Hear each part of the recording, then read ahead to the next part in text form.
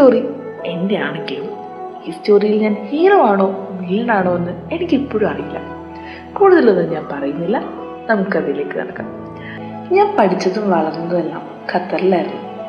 Kinder garden തൊട്ട് 10th വരെ അവിടെ ഉള്ളൊരു സ്കൂളിലായിരുന്നു. ഞാൻ സിംഗിൾ ചൈൽഡ് ആയതുകൊണ്ട് ജീവിതം ഫുൾ ബോറായിരുന്നു. 3rd സ്റ്റാൻഡേർഡ് എത്തിയപ്പോൾ എൻ്റെ അമ്മയോടും അപ്പയോടും ഒക്കെ ഞാൻ പറയാൻ തുടങ്ങി എനിക്കൊരു അനിയനെയോ അനിയത്തിയോ വേണമെന്നൊക്കെ.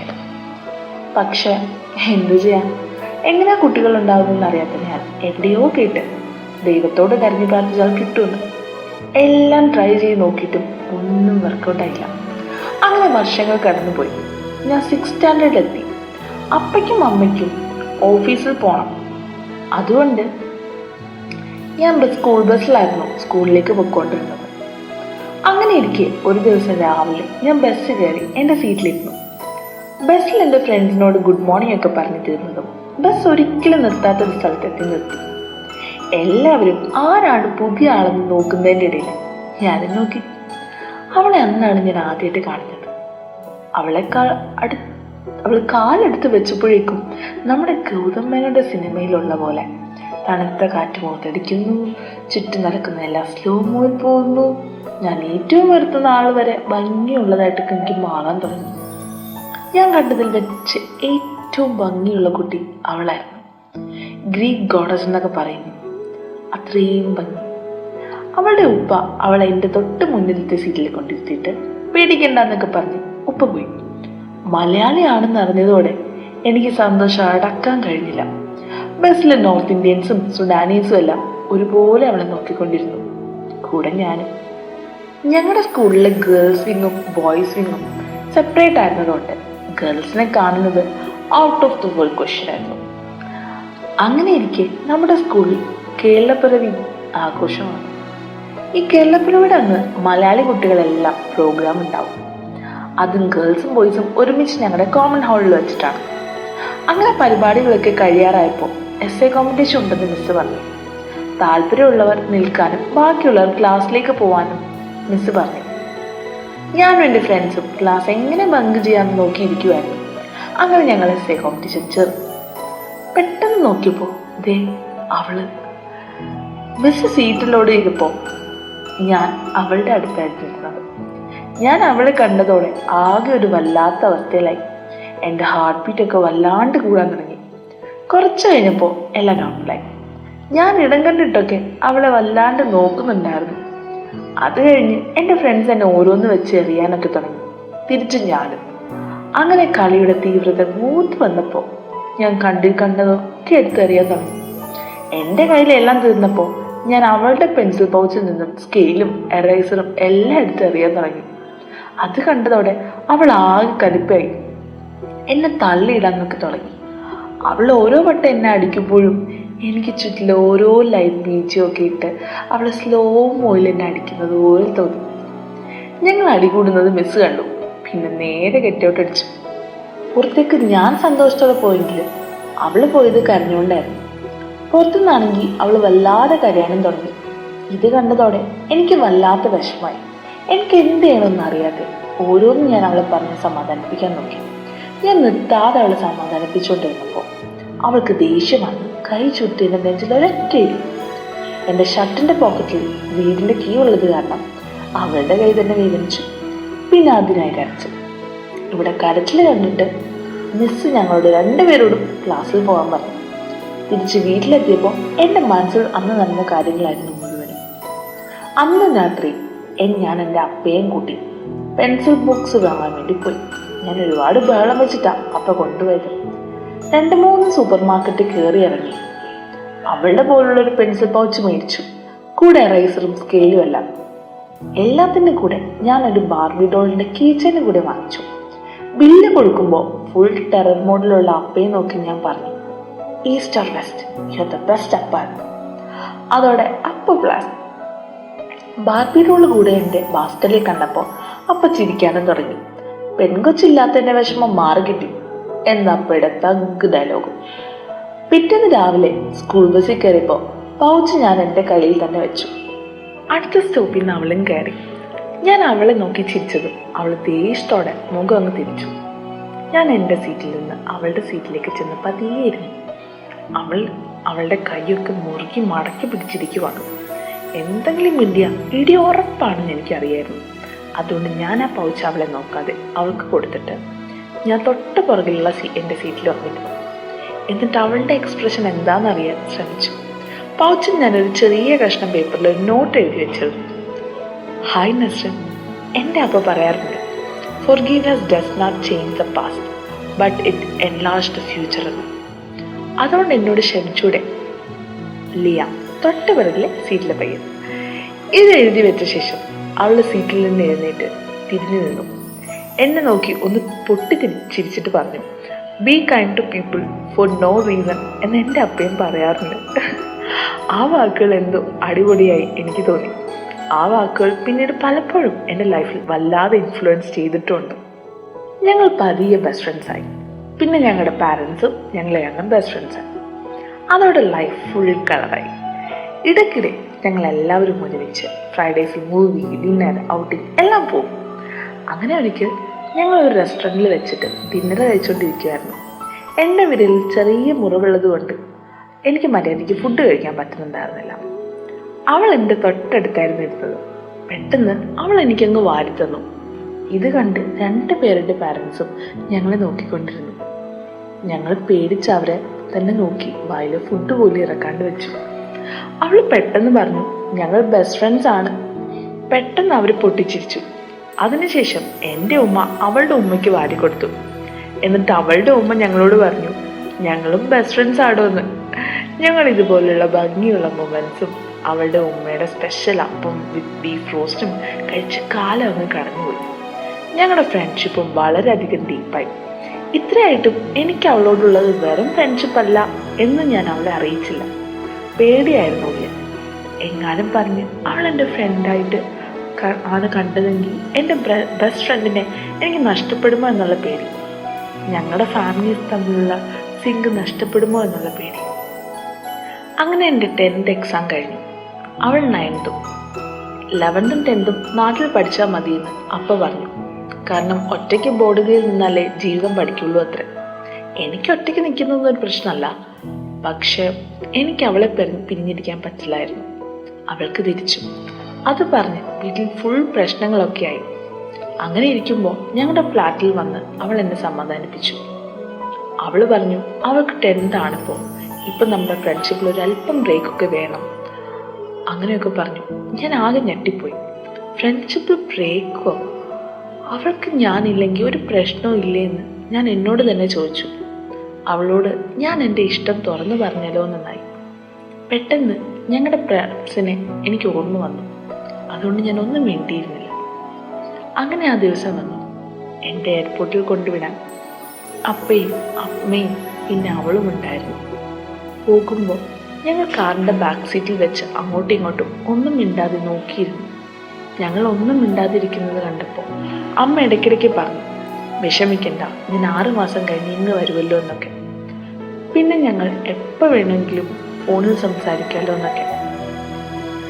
അത് കേട്ടപ്പോൾ അവൾ എൻ്റെ കൈ മുറുകെ പിടിച്ചു. ഞങ്ങൾ ഒന്നും മിണ്ടിയില്ല. എയർപോർട്ടിൽ നിന്ന് ഇറങ്ങി ബൈ പറയുമ്പോഴും അവളുടെ മുഖത്തൊരു വിഷമം പോലും ഞാൻ കണ്ടില്ല.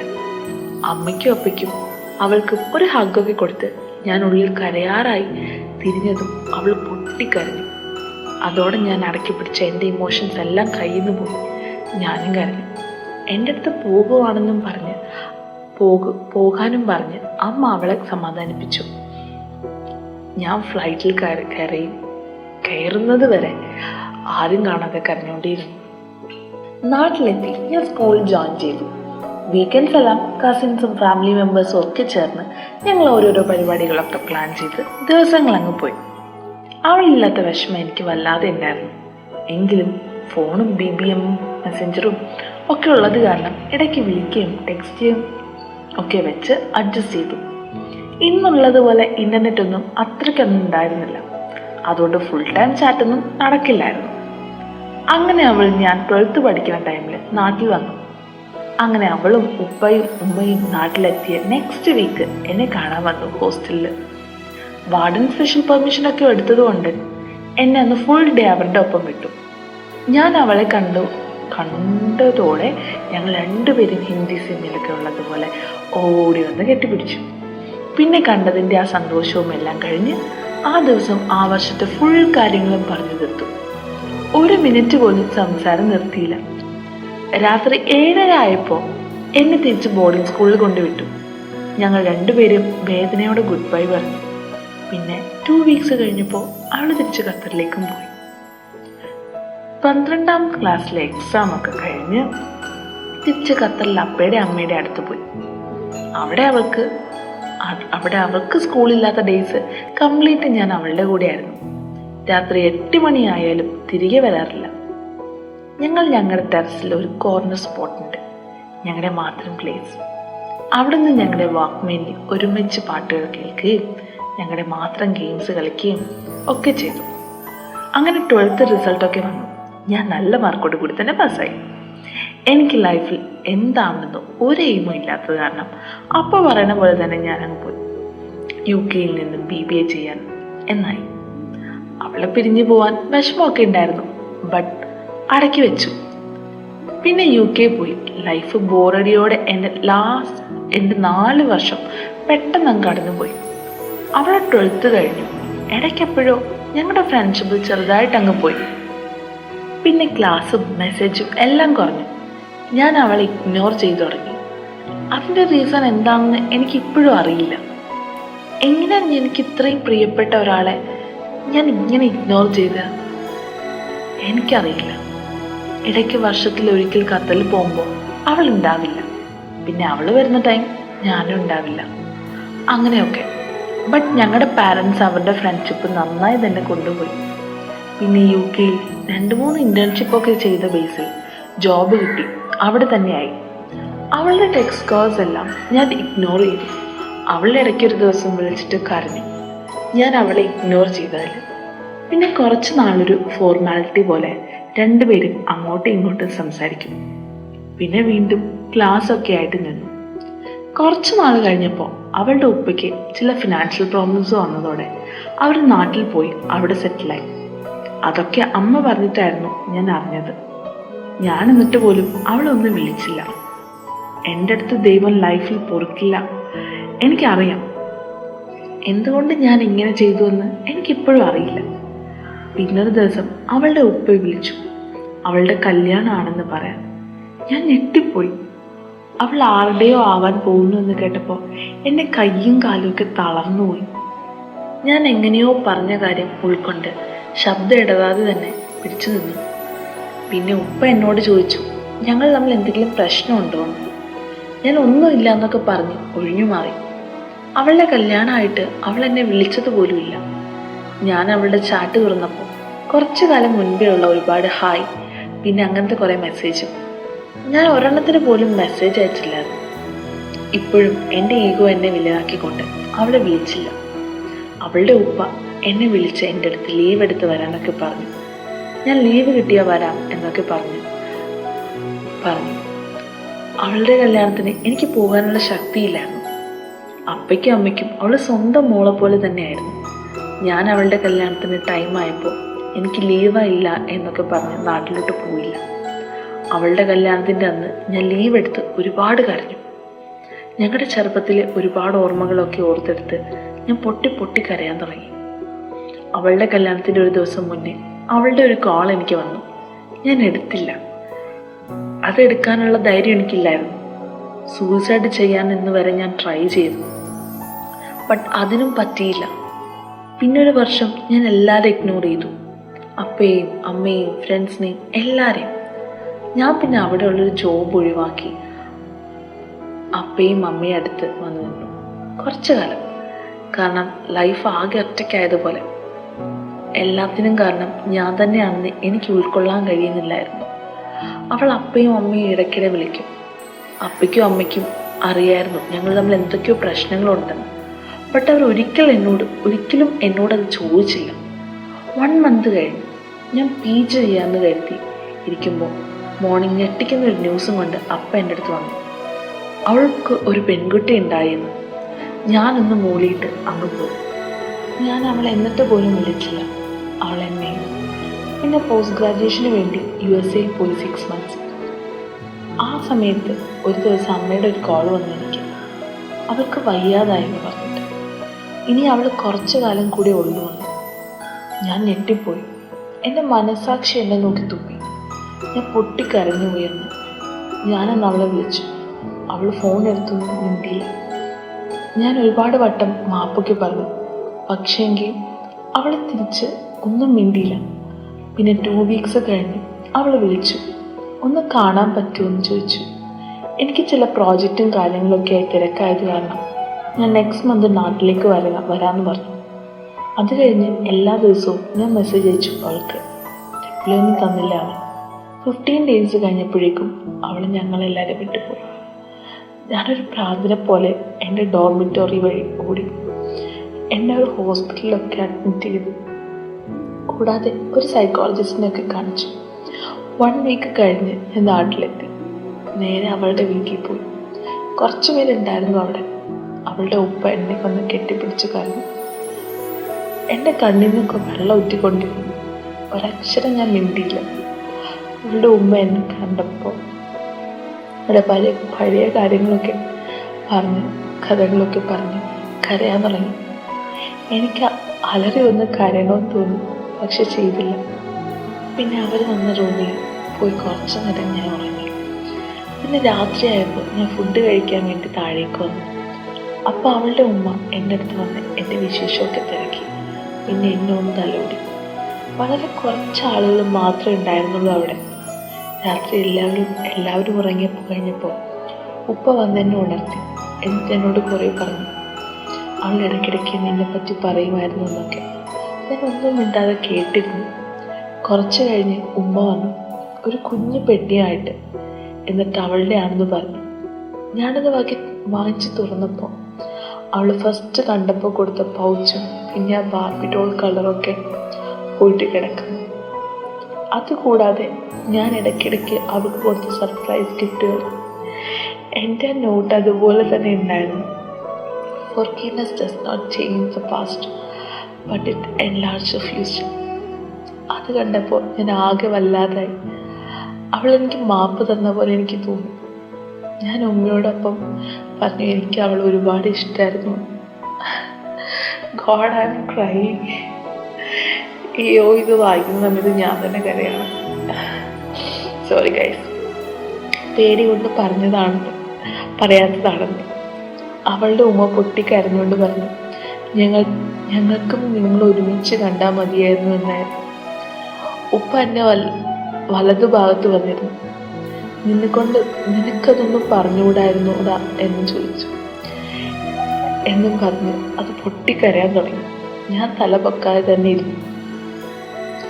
കുറച്ച് കഴിഞ്ഞപ്പോൾ ഉമ്മ ഒരു കുഞ്ഞിനെയും കൊണ്ട് എൻ്റെ അടുത്തേക്ക് വന്നു. പൊട്ടിക്കരഞ്ഞുകൊണ്ട് അവനൊരു ഉമ്മ ഞാൻ കൊടുത്തു.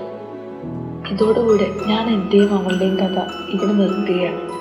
ഇതിൽ ഞാൻ എൻ്റെ ഇഷ്ടം അവളോട് തുറന്നു പറഞ്ഞിരുന്നെങ്കിൽ എന്താവുമായിരുന്നെന്ന് എനിക്കറിയില്ല.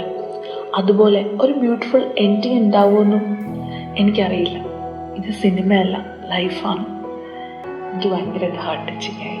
I started crying. ലിറ്ററലി ഞാനവിടെ കരഞ്ഞുകൊണ്ടിരുന്നത് വായിക്കുകയാണ്. ഞാൻ ഫസ്റ്റ് ടൈമാണ് ഇത്രയും ഇമോഷണലായിട്ടൊരു കഥ വായിക്കുന്നത്. I know you have gone through a lot. And എനിക്കെന്ത് പറയണതറിയില്ല. എനിക്കൊന്നും പറയാനും പറ്റുന്നില്ല.